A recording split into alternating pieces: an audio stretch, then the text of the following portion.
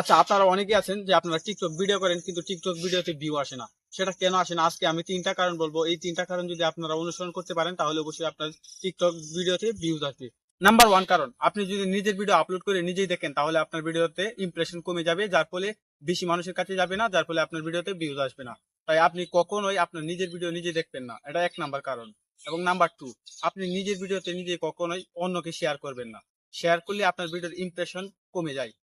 এতে টিকটকের অ্যালগরিদম বুঝে যাবে যে আপনি আপনার নিজের ভিডিওতে শেয়ার করে ভিউ বাড়াতে চাচ্ছেন, যার ফলে অন্য মানুষের কাছে ভিডিওগুলো যাবে না, যার ফলে আপনার ভিডিওতে ভিউজ আসবে না।